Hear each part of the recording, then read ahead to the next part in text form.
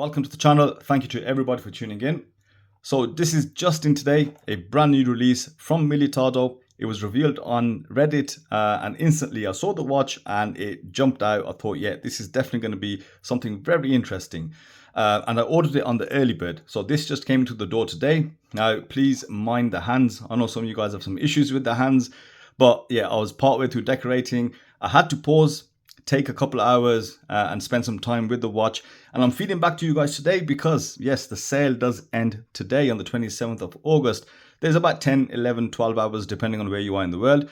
So I thought I'd get my initial thoughts out on this, but the more time I've spent with it, I think I can give you guys a full overview. So I have with me the Militado ML16. This is the brand new release, and the reason why I jumped at it, you know, I'm a massive fan of the Zin U1. I don't like all their watches, but there's a couple like the 556.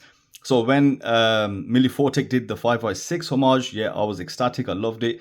And then here's Militado's interpretation of the U1, or, you know, around that design. I'm going to talk to you guys a bit more about the specifications, the details, the particulars.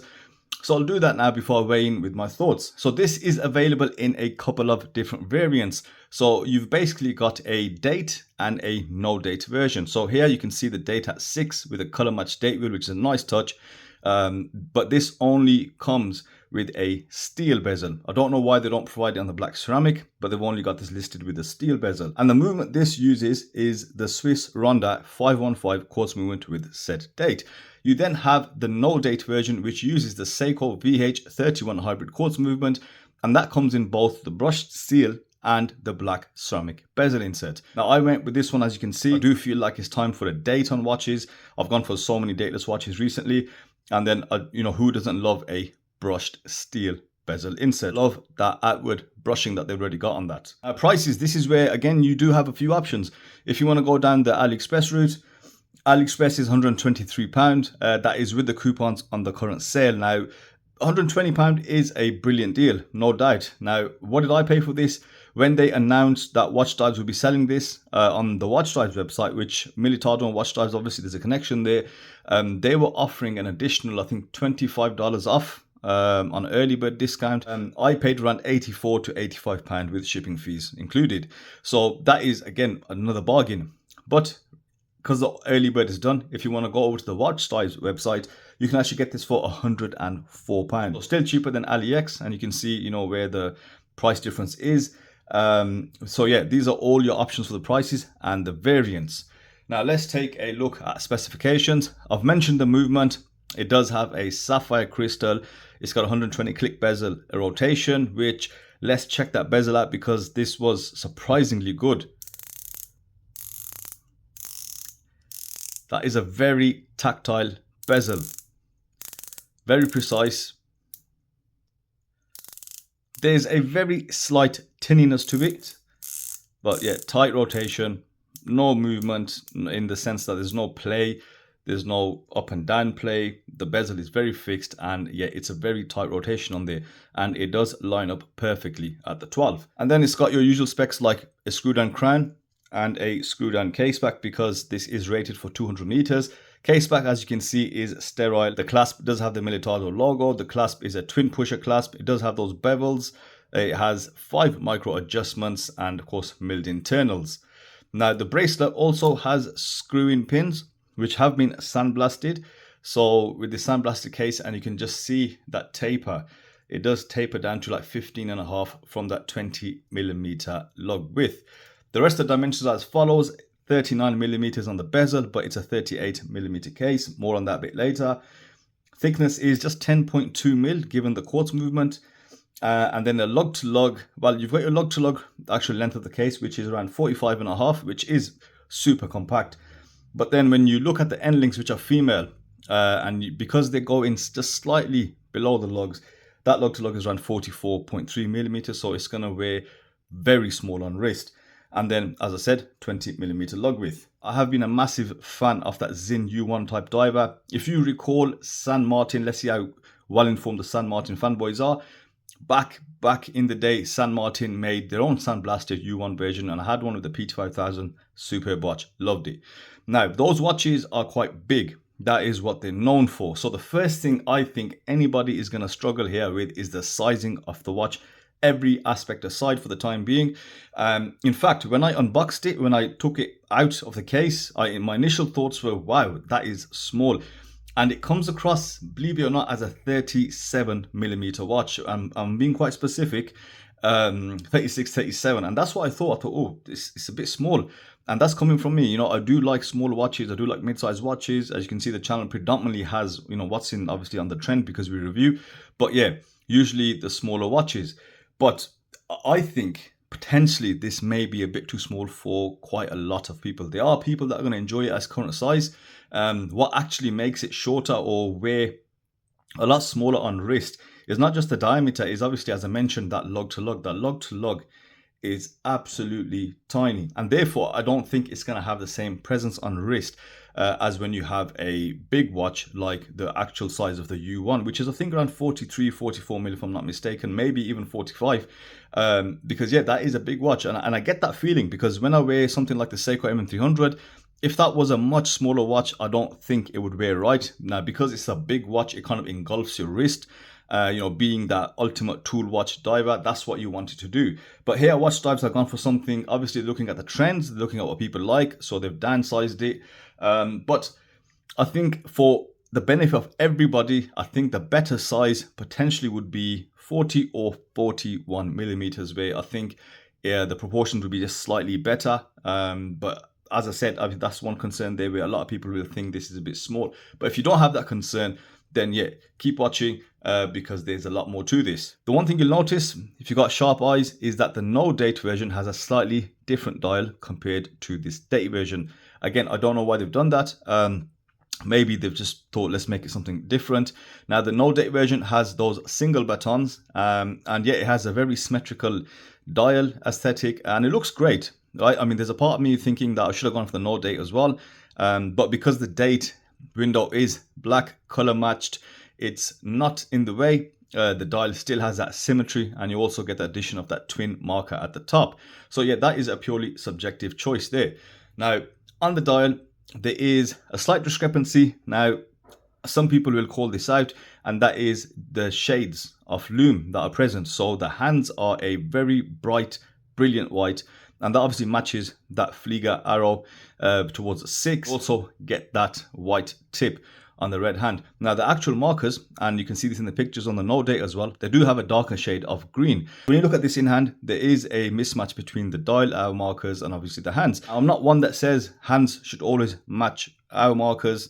I'm not one of those guys now, but this is again quite something subjective, which people feel differently about these things. That's not the only different color here. You can see the red accented seconds hand with some of the red text above the 6. But then when you move on to the bezel, you do also have these orange tip markers. Yes, tiny specks of orange. Now, it does work, right? But again, some people, I've seen the comments over my years, some of you guys are so particular, it's difficult to gauge what, you know, the thoughts would be. That bit of orange, I think, is absolutely fine, just adds a bit of color. And I don't think it makes the watch look confused or messy in any way. I think everything suits pretty well. Now, I do like that sunray effect that they have on the bezel. We've seen this on the Pelagos homages from a few brands, and I really like how they do that. This gives it a different type of reflection.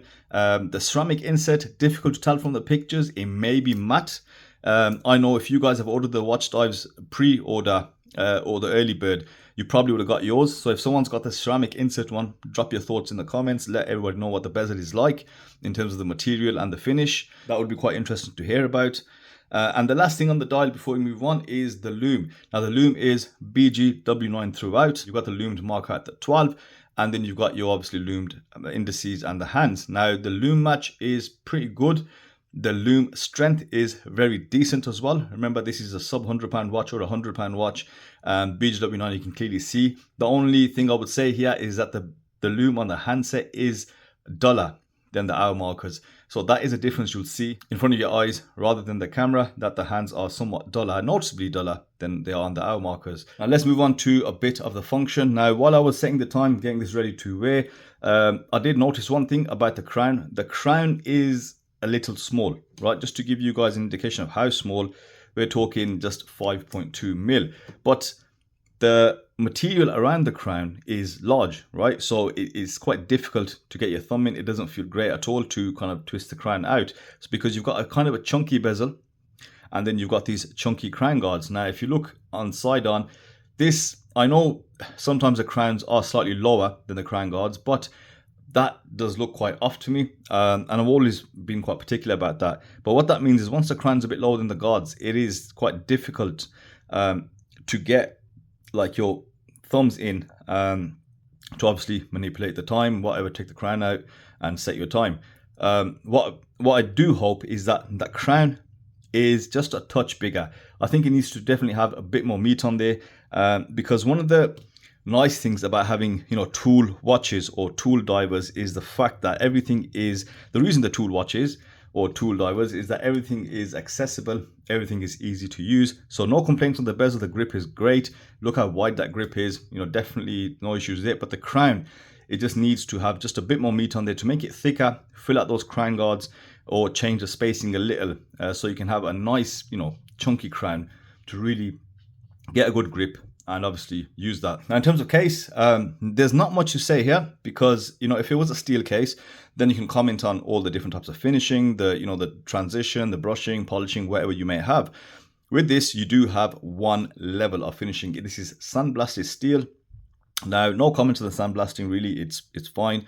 I don't see any issues with there. What is nice to see is that you do have the bevels present along there. Nice wide taper there. So even though they don't have the brushing and polishing, the fact that they've left that on there definitely gives a lot more interest to the case. Yeah, definitely a nice shape as well, and it's really well built, you know, for things that have changed so much, you know, for £85, £100, in the level of watch that you're getting from Watchdives, Militado, and these guys.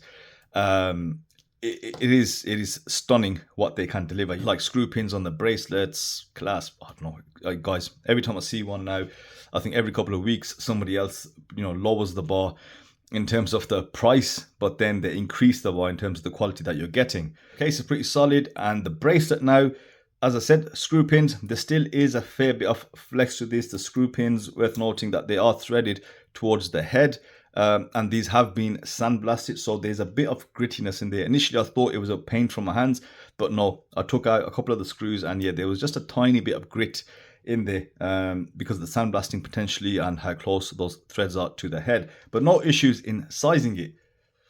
And yeah, you can see how the watch sits on my 6.5 inch wrist. And don't get me wrong, when I, you know, made the comments about the sizing, I love how it fits. It fits really nice. You know, 6.5 inch wrist, you've got that compact lug to lug, 39 millimeters on the bezel.